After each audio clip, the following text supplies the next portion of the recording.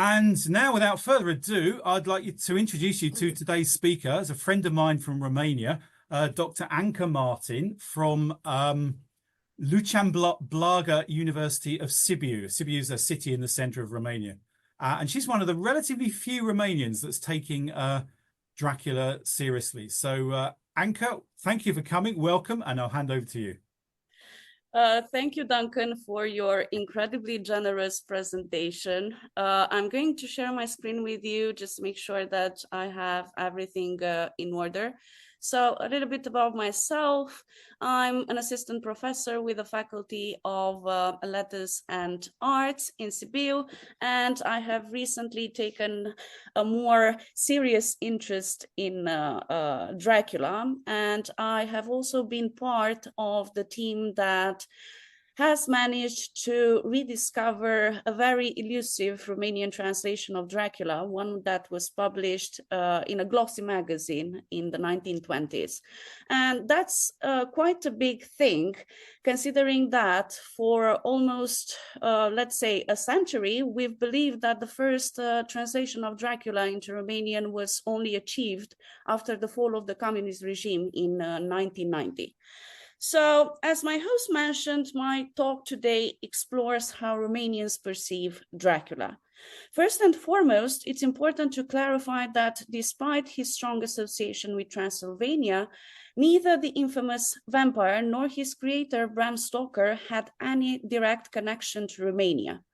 So if you want a read on this, I think you could look into Elizabeth Miller's Dracula Sense and Nonsense, and you will see what I mean by the fact that there isn't any explicit connection between Dracula and Vlad the Impaler.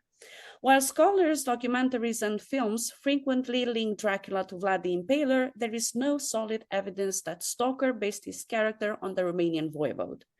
Nevertheless, this connection has been deeply embedded in popular culture.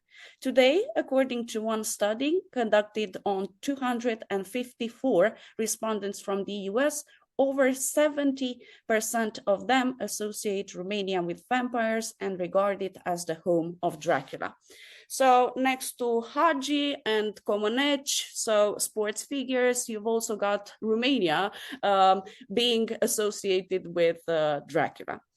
So to evaluate Dracula's significance for Romanians and his role in shaping the country's identity, a 2020 Romanian project carried out by the Ivan Pațaikin Mila 23 Association, the PR agency DC Communication, and Dan Costinaș, the translator of the latest Romanian rendition of Stoker's novel, gathered insights from various Romanian professionals. Here are some of their responses to the question, is Dracula an opportunity or a curse for Romanians? For example, respondent 1 claims, when a Romanian hears a foreigner associate Romania with Dracula, they might initially take pride in being linked to the legendary vampire. Yet later, over beer with friends, that same Romanian might mock the foreigner, dismissing them as ignorant for not realizing it's just a myth. According to another respondent, although Dracula is undeniably linked to Romania, the pop culture surrounding Count Dracula is not a Romanian creation. Some view the character as a liability, worrying that Bram Stoker's fictional vampire turns Romania into a caricature, reinforcing stereotypes of kitsch and absurdity.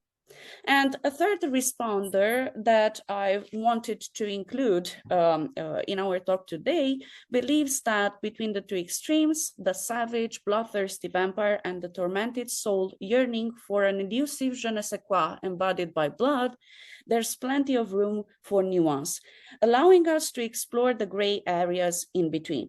No matter how we look at it, I strongly believe Dracula is anything but a curse for Romanians. On the contrary, he offers a unique opportunity for greater visibility and serves as a fantastic conversation starter, opening the door to deeper discussions. So, what I believe these statements from the three respondents suggest is that the Count's figure is significant enough for Romanians to discuss the topic and how it influences their national identity and image, not only among themselves, but also with foreigners. However, as you may have noticed, of the 8 answers, and these 3 mentioned here, only 1, or actually 2, and only one of them is actually quoted here, mentioned Stoker, so the writer of the novel.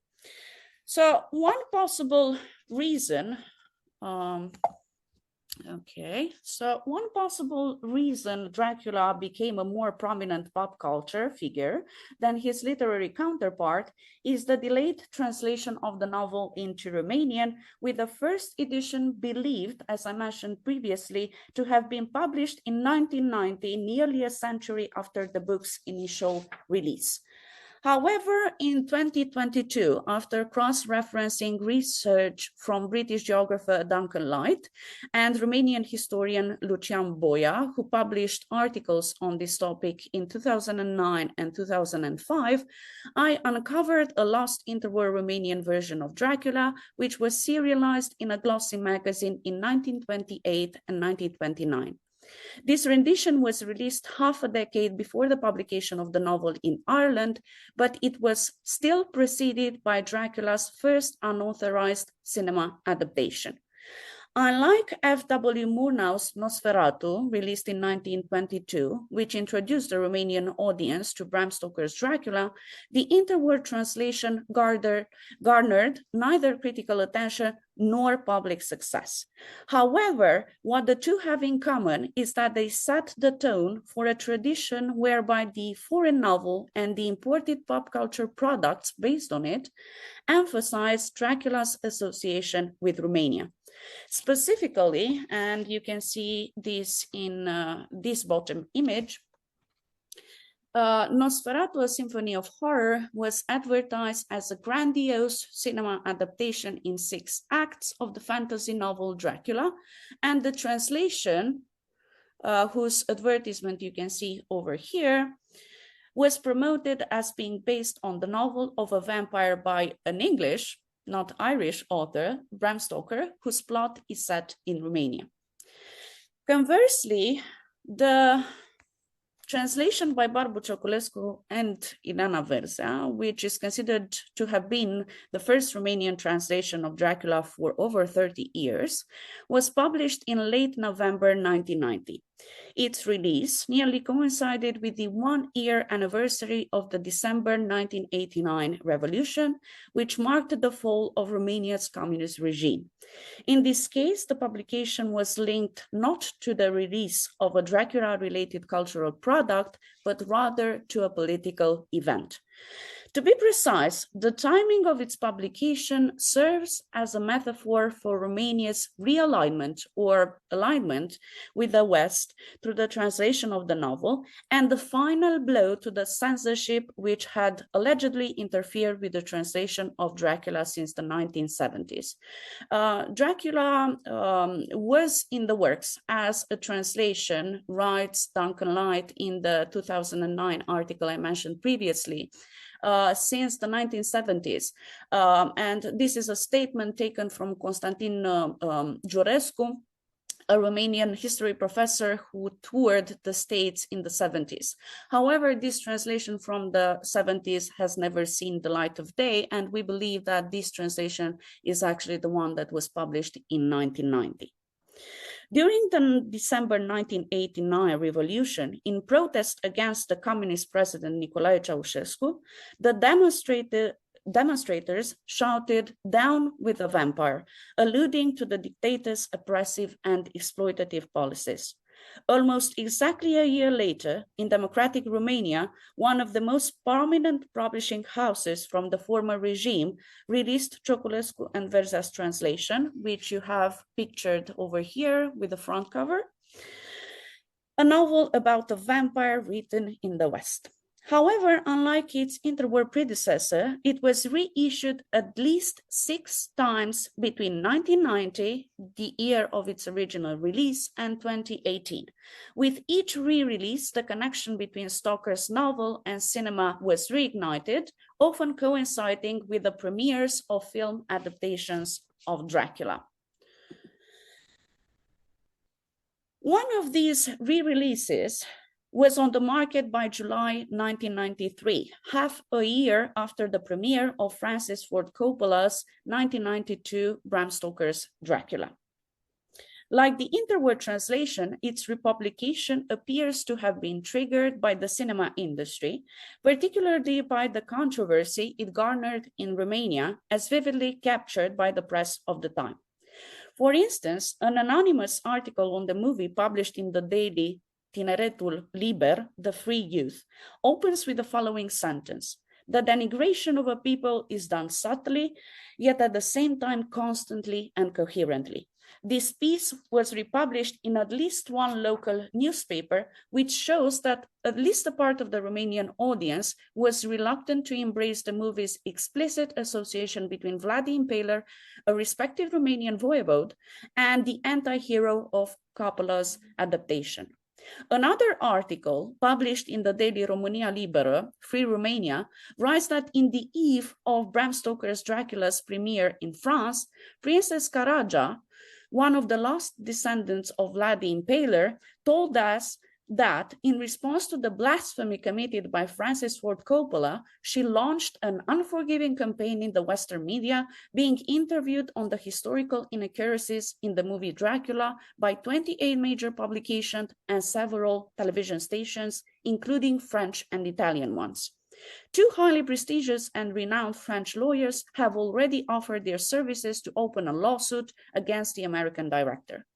It is unclear whether the aristocrat followed through with the lawsuit, but the incident underscores the extent of the outrage caused by Coppola's blending of the real-life and fictional Dracula.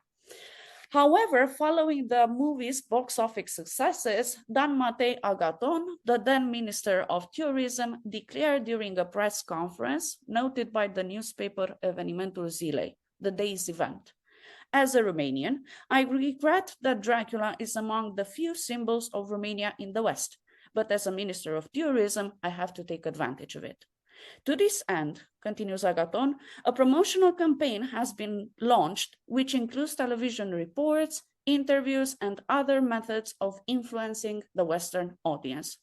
Then the minister goes on to note that the great filmmaker Francis Ford Coppola has recently released a movie about Dracula on the North American market, which was a great success. Among the public figures enlisted in Agaton's tourism campaign was Radu Florescu, who, together with Raymond T. McNally, popularized the association between Vlad the Impaler and Dracula in Search of Dracula, published in 1974.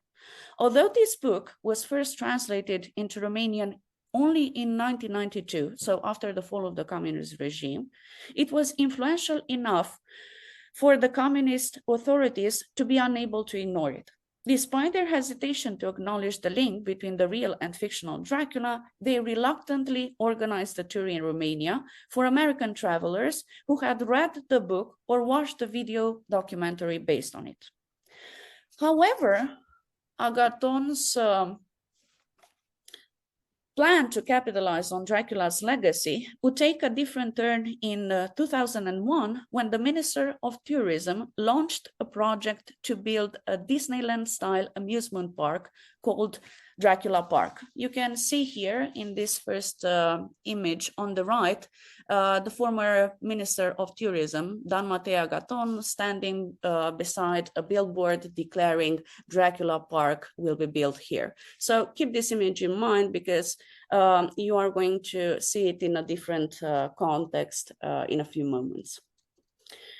Due to political intrigue, red tape, and corruption, the project ultimately collapsed after years of legal battles, officially failing in 2014 and without Agathon's Dracula Park being materialized. Now, Dracula Park sparked significant controversy among clergy members, for instance, with the Orthodox and Roman Catholic Church leaders in Romania welcoming a government decision not to approve a proposed Dracula Park entertainment complex, claiming that the park will be the kingdom of evil.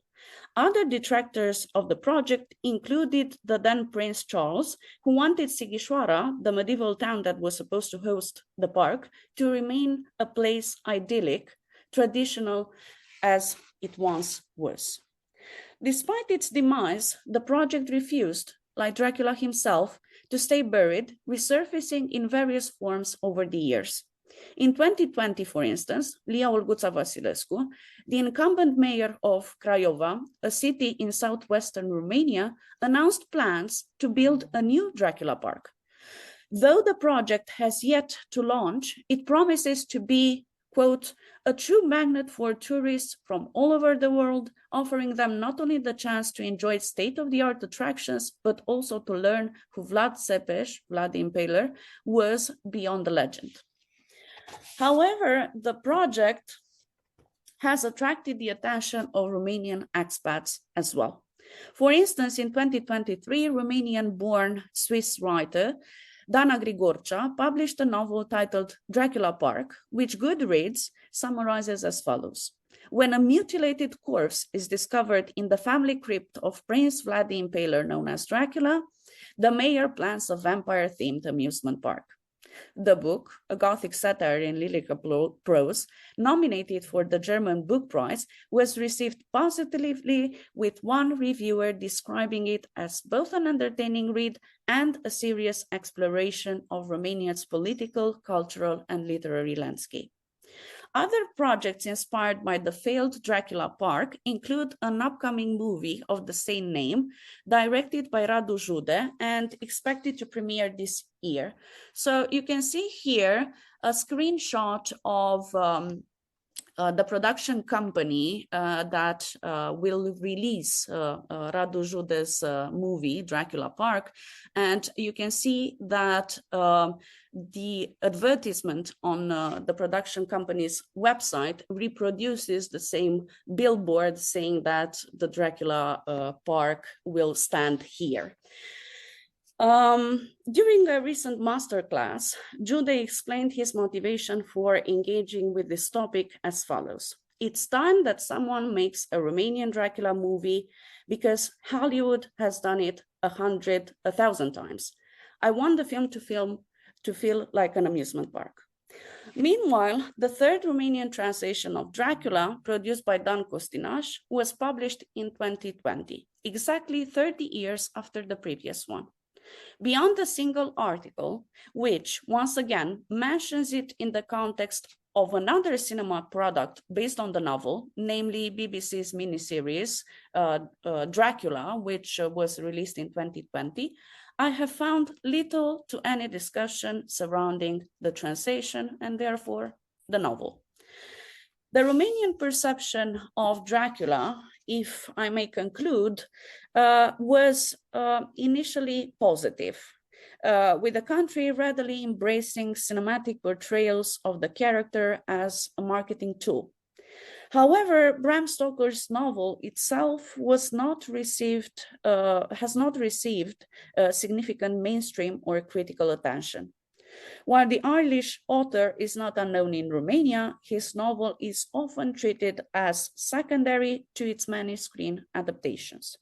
This became especially evident with the 1993 re-release of the second Romanian translation, which was driven by the widespread attention generated by Francis Ford Coppola's 1992 Bram Stoker's Dracula.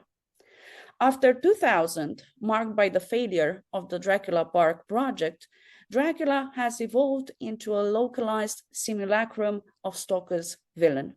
This transformation has allowed Romanians from various backgrounds to cope with the popularity of the novel's connection to their country, while also promoting deeper reflection on their national identity in an increasingly commodified world. Thank you very much for your attention, and I very much look forward to your questions. Thanks, Anca. That was brilliant. Thank you. Do feel free to ask any questions to Anca, either by posting them in chat, or you can just unmute and ask the question. Would you like to unshare your screen, Anca? Yeah, sure. While we're waiting for any questions, Oh, there's a comment there. What an excellent presentation. While we're waiting for any questions, Anca, can you just tell us how you became interested in Dracula? Because it's quite unusual among Romanians. Yeah, well, back in high school, I used to identify as a goth. I listened to goth music, and I lived in Transylvania, so it came rather easy to me to get into the vampire myth and in vampire related I don't know, games, video games, or movies. And I think the seed was planted then, and it sprouted in my adulthood when I became tired of my regular research topics, and I delved deeper into this topic. And I was really surprised to see there aren't many Romanians actually being interested in this topic. So how do other Romanians and Romanian academics react when you tell them that you're focusing on Dracula? I remember a reaction that I had from one of my colleagues at the university when I mentioned that back in November last year, I was going to the Dracula conference in Brasov, and they were like, is there something like that?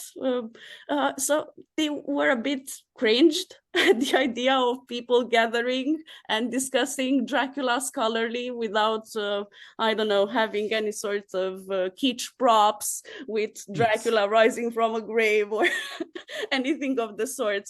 So they were surprised that there is such a meeting place for Dracula scholars in Brasov. Okay. And I mean, 20 years ago, when I was living in Romania for a year, I asked everybody I met, have you read Dracula? And almost nobody had. I only ever met two people that had read Dracula in Romanian, and neither of them had bothered finishing it. Have many Romanians read it now, do you think? No. Right. No, actually, one of my introductory classes in a practical course in translation that I teach at the university deals with the many translations of Dracula into Romanian, namely the interwar one, others that were only excerpts, the one that was published after the fall of the communist regime, and the latest translation. And I asked my students if they know Dracula, and they say, let's say half of the class says they have heard of Dracula. And when I asked them whether they have read the novel, I haven't yet seen one student raising their hand and saying they have read the book.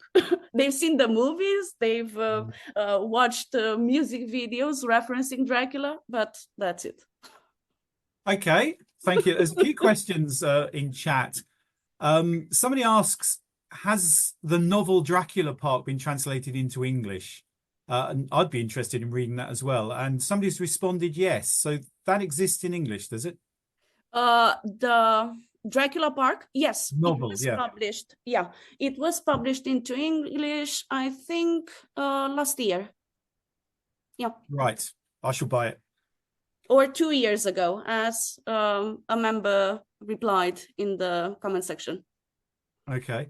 We got a question from Julia, who's from the Dracula Society in England. She asks, is there any news about Hotel Castle Dracula in the Tehutsa Pass? No.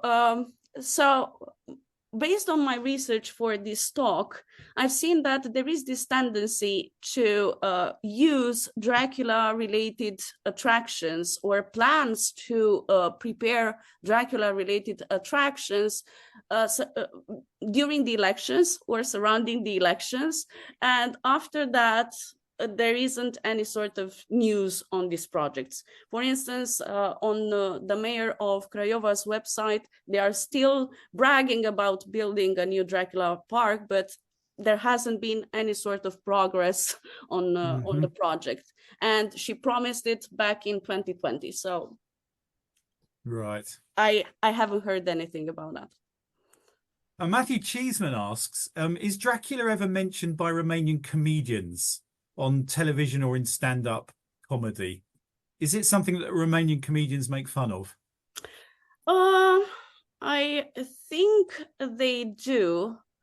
I think they do, but I can't remember one at the moment. But they usually have skits where they have an actor dressed as Vlad the Impaler in that sketch or that portrait that exists in Austria, I think, in Austria. And they have this actor dressed as Vlad the Impaler, and somehow they make fun of Vlad the Impaler as not being a person who impaled his enemies, but one who drank blood. So you have this comedy amalgamation of Vlad Dracula and Dracula the character, but none comes to mind. Not a skit comes to mind. Okay, thanks. Any further questions? There's lots of comments in the chat saying how much they've enjoyed your talk, Thank you. Anca. So you might have a look at those before you leave. Thank you so Any much. other questions for Anca? Okay, well, oh, hang on. Yes, there is one. Is Vlad Tepes still viewed in a very positive light by Romanians? Yes, especially because there's been this wave of far-right sympathies in Romania nowadays in the last few months or even to a year, and people have become interested in historical figures, not for the sake of history, but for the sake of pushing this agenda where in our history, back in our history, we had these illustrious historical figures that were not afraid to use violence in order to bring order back to the country. So basically, they are using Vlad the Impaler's image as a ruthless figure to push this agenda that Romania needs ruthless and violent leaders in order for the Romanian society to be able to progress. So right. It's unfortunate, actually. Thanks. Right, we're just coming up to 1 o'clock, so I think it's time to draw things to a close. On behalf of everybody, can I say a huge thanks to Anca for what was a really, really interesting presentation. Thank you, Anca. Thank you.